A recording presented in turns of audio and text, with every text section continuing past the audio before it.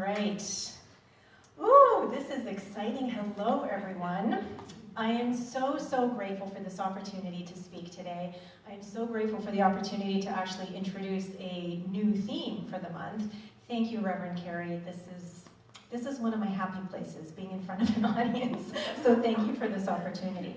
So as Reverend Carrie and I said a few moments ago, our new theme for the month is Faith in Challenging Times. And so there are a lot of things that we could consider challenges, and most of the time I think it's probably when life isn't quite going our way, when something, some sort of an obstacle, a feeling, an experience, COVID-19 is happening, and we don't quite necessarily feel comfortable in how we've been navigating it, and we don't really know exactly how to move forward. So this is why we're talking about faith today, and talking about faith rather than hope, so we can move beyond hope to actually stepping into active knowing that this is how we can move forward in life. So when I was looking or thinking, contemplating what faith means to me and my experiences with faith over my lifetime, more specifically over the last 4 years, I was taken back to a few years ago when I was in practitioner studies and we were writing thought papers and essays and more every single week. And many times there were things like faith that we'd be writing on. And so when it came time to write about faith, then for me, I thought, well, faith just is. Faith is energy, it's a constant. But I also had to think about, well, then there are different definitions of faith, there are different interpretations of faith. So there were 3 things when I was doing some research that kept coming up, and there were 2 definitions that were offered by the Oxford Dictionary. One is that faith is a complete trust or confidence in someone or something, synonymous with belief, conviction, or expectation. And the other part of that definition was that it is a strong belief in God or in the doctrines of a religion based on spiritual apprehension, which in this case means a realization or an awareness rather than proof. So here's a quote by Nathaniel Hawthorne that I think illustrates this definition really beautifully. Faith is a grand cathedral with divinely pictured windows. Standing without, you can see no glory nor can imagine any. But standing within, every ray of light reveals a harmony of unspeakable splendors. Now, if we go to Ernest Holmes, who is the founder of religious science and the author and philosopher and the brilliant mind behind the science of mind and spirit, he writes, faith is the substance of things hoped for, one of the few times that he used the word hope, the evidence of things not seen. It is a mental attitude so inwardly embodied that the mind can no longer deny it. And so here are 2 quotes by Khalil Gibran that both sort of illustrate that. Faith is a knowledge within the heart beyond the reach of proof. And this one I just love. Faith is an oasis in the heart which will never be reached by the caravan of thinking. So, staying stuck in our heads, we can only get so far, but when we actually drop down into our bodies, into our hearts, we just know. That's from where we have that feeling, that knowing. And then the third thing, when I was thinking about faith, was Thomas Troward.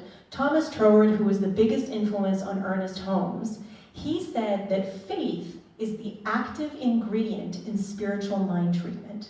Spiritual mind treatment, or affirmative prayer, affirmative knowing, really, which is the main technique that we use in religious science to get from, point B of here I'm stuck in the muck, identifying with limiting beliefs, to this is who I am, this is what I know, and this is the truth no matter what. So, the title of my talk today is, The Faith in Me from the D.O.P. Now, you're probably looking at those acronyms thinking, Lesia, what? So the me, the M-E, is mental equivalent. And when Ernest Holmes talked about this is that idea that we have in mind. This is the idea that has actually been inspired, intuited from consciousness, that then filters through all the beliefs that we have and then shows up in our life experience. So as some of you know, I am now in my first year of what qualifies as ministerial studies, but it's not in the regular sort of way. I'm in a class called Advanced Consciousness Studies. And in this class, after 4.5 years of study, of really digging into the science of mind and spirit, the tenets, the principles, everything, the history, now I am in a class full of ministers and practitioners where we are tearing it all apart. We are taking it all apart, bit by bit, questioning everything and seeing how quantum theory, quantum physics, and a quantum worldview either is the same as the science of mind or maybe slightly different, but ultimately, how can we use science and quantum thinking to actually explain why science of mind and spirit, or why the principles of religious science actually work? So it's a very mind-bending, stretchy, and pull-aparty kind of experience, and it is fascinating nonetheless. So when we are talking in class, right now we are studying a book called The Everything Answer book by Amit Goswami. And in that book, we are learning about the domain of potentiality. This is what Amit Goswami calls consciousness itself. And just like in science of mind, it is the foundation for all being. This is where everything comes from. And in this domain of potentiality and quantum physics, or the quantum worldview, there's no time or space. It's all happening now. The thing about this is that there's this domain of potentiality where everything is a wave of possibility, and as soon as we choose it or think it, it collapses into its particle or actualized form. But it's instantaneous. There's no having to, take some time to go somewhere. There's no taking some time period. So it's a very, very, very interesting class. And so when it comes to faith, when we're talking about the mental equivalent and what we have in mind, it really comes down to, where is your mental equivalent coming from? Is it coming from that domain of potentiality, of infinite possibilities?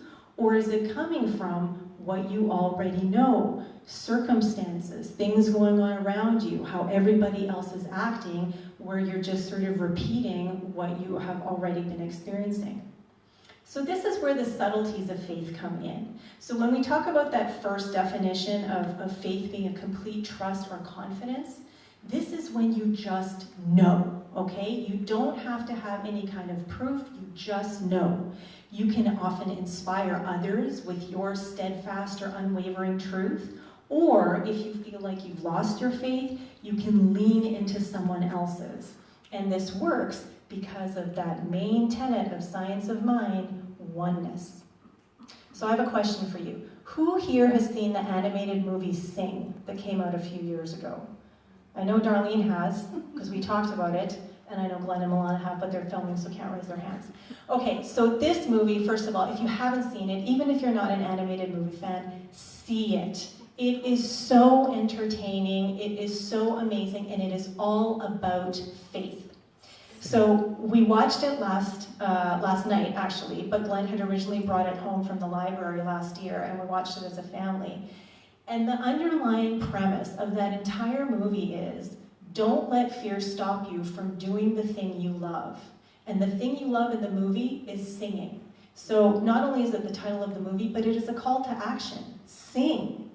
And there's a character in the movie that has severe stage fright. And even though she has this beautiful, beautiful voice, as soon as she gets in front of an audience, she just clams up and can't sing. So the lovable, big dreaming koala, Mr. Moon, who's one of the main characters in the movie, he just tells Mina, the best way to get over your fear is to just do what you're afraid of. Because once you're doing it, you forget about being afraid and you're actually doing what you love to do. So we can take the singing, metaphor and just really apply it to life.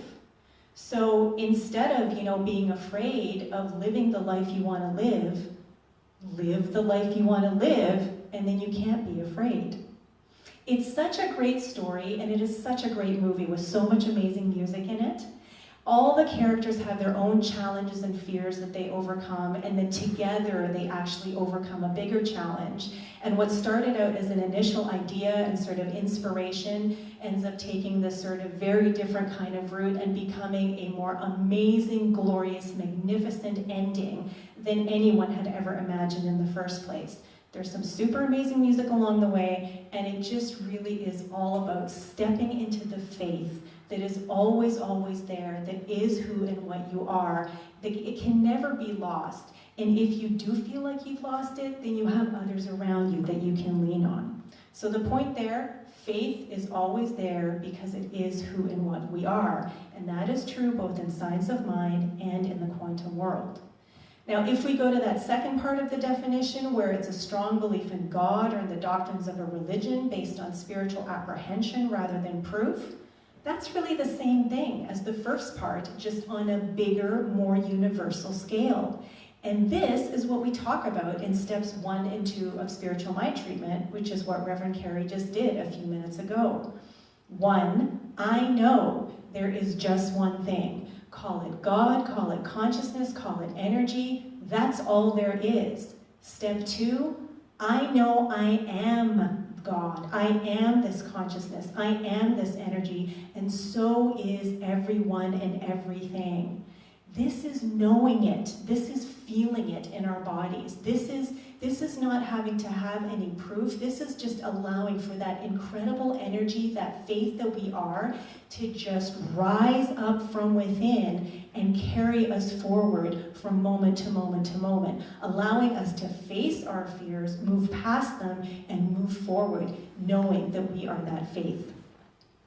So now we go to Ernest Holmes and his quote, "Faith is the substance," Rachel, thank you. "Faith is the substance of things hoped for, the evidence," thank you, "the evidence of things not seen.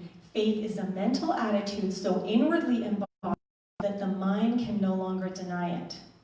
So there are a few key elements in this statement that I think are important to know. 1, that it is a substance. It is an actual thing. It is an entity. It exists. Evidence. Evidence is proof. The faith itself is the evidence. You don't need evidence for it. The faith is the evidence. We are the evidence of that faith. Faith is a mental attitude. This is the big one. This is the me in the title of my talk.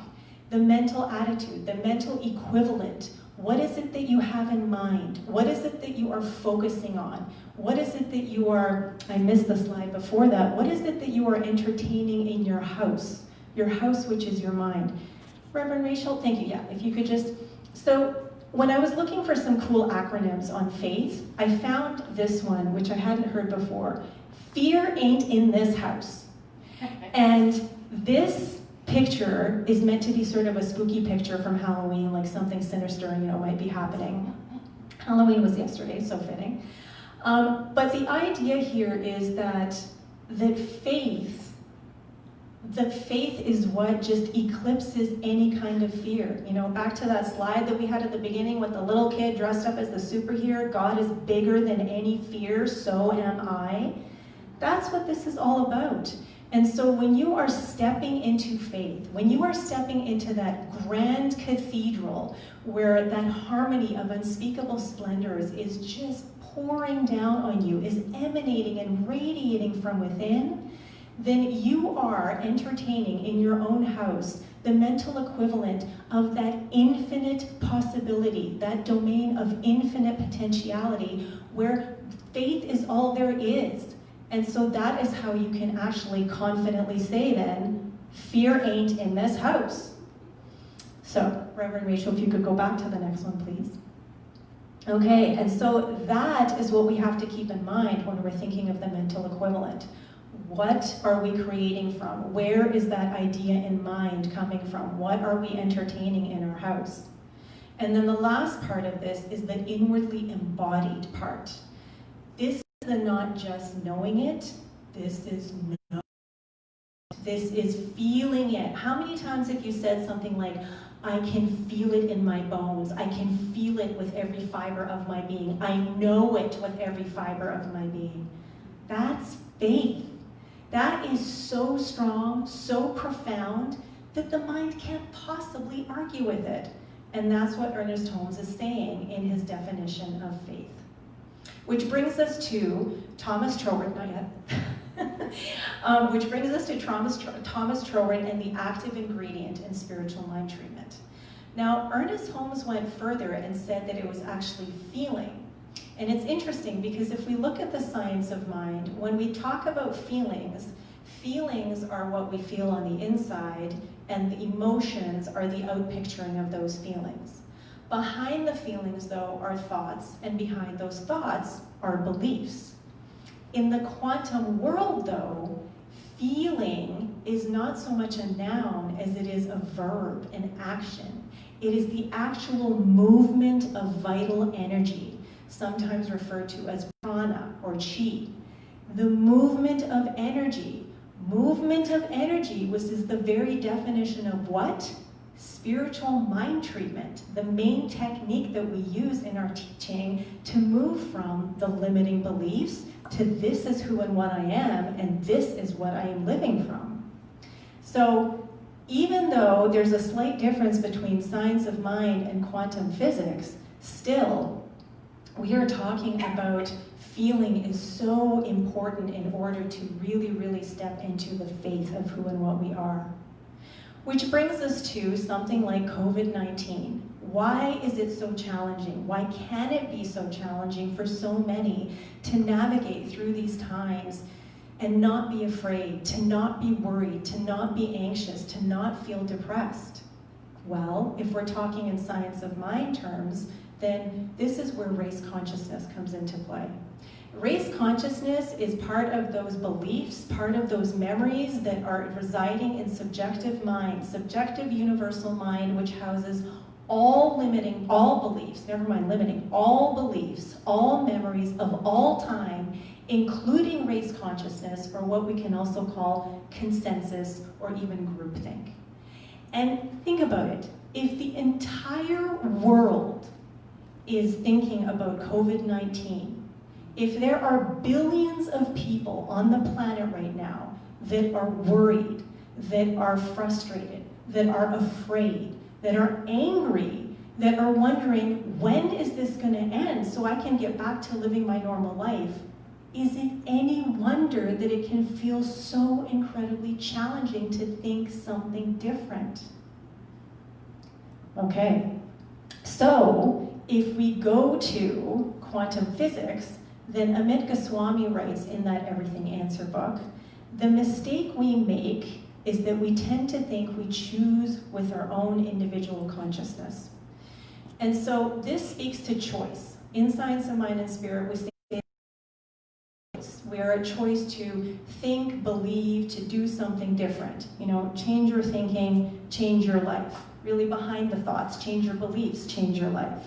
Well, in quantum physics, it's a little bit different because even though it's the same, you have this, simultaneous thing that happens where you have the infinite possibilities of the waves, and then as you choose, then that wave of possibility becomes a particle of actuality, or an actualized particle. And then it keeps going back and forth. As you think something, it becomes a particle. As you lose that thought, it goes back into being a wave. So the thing is, we're not choosing with our minds so much as we are choosing from this domain of infinite potentiality. Infinite. Infinite. That's like beyond everything, everything, everything, multiplied exponentially a billion gazillion times over that our minds just have a really, really hard time wrapping themselves around. So if we're choosing from that domain of infinite potentiality, it stands to reason that sometimes we're going to choose stuff that doesn't necessarily correlate with the kind of life that we would want to have. Which then brings us to an amazing spiritual principle. What we focus on expands. Or more simplistic terms, like attracts like. So this is another one of those times. Remember, the fear ain't in this house. What is it that you're focusing on? Are you focusing on fear? Because if you're focusing on fear, then you are going to attract more circumstances, more resources, more experiences, more people, more anything where fear is just going to be reinforced, and then you're going to keep creating from that fear.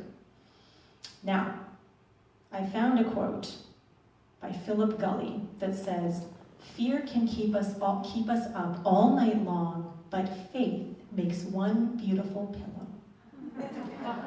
So, what do you want to focus on? Do you want to focus on the fear that's keeping you up all night long? Or do you want to focus on the faith that is that comfortable pillow that just cradles you and holds you in its beautiful grace? This brings us to another principle. I am not my thoughts, feelings, or beliefs. I am the believer, consciousness, faith behind those thoughts, feelings, and beliefs. And as that, I am always at choice to choose something different to think, feel, or experience at any time. But again, what are we choosing from and how are we choosing? And then the second, last principle is, as God, I am infinitely more powerful, creative, and resilient than anything I could ever experience. So just to recap, faith is a complete confidence or trust in someone or something. It is an intuitive knowing, a mental attitude, and requires no proof because really, faith is its own proof. And because it is energy, because all is energy, faith is who and what we are. So no matter what is going on around us, faith is always a 10 out of 10 if you're keeping score. And the thing that happens is we won't lose that faith. We might step out of it, step out of that grand cathedral, and then we can't see anything that's going on. But as soon as we step back into it, then that's when we are back there with that harmony of unspeakable splendors. Still in doubt? Okay, so here's another quote on doubt. Doubt isn't the opposite of faith, it is an element of faith. So as we are moving through our life experiences, we're evolving, right? And so we're going through different levels of consciousness. And doubt is sometimes just what is the impetus to get us up to the next level. So ultimately, faith is faith, which means that no matter what is going on, no matter what you're feeling, no matter what you're experiencing, there is that in you. There is the knower in you that knows exactly how powerful, creative, and resilient you are, no matter what, even on those special occasions when you have stepped out of faith. Now, to end, I just ask you to consider, the faith in me from the D.O.P. So whether you're part of an animated singing contest, or navigating the COVID-19 experience, or some other challenges, think about that phrase. Think about faith is who and what I am. Faith is a constant no matter what. Faith is energy. And so the mental equivalent that I am holding, what I am entertaining in my mind, what I am entertaining in my house, is it the mental equivalent that I want? Am I creating it from circumstances, from what's going on around me? Or am I stepping into that grand cathedral? Am I creating from that domain of infinite potentiality, that D.O.P that has infinite possibilities in it? So as we go into our day, as we go into our week, I just invite you to really think, what is it that you're creating from?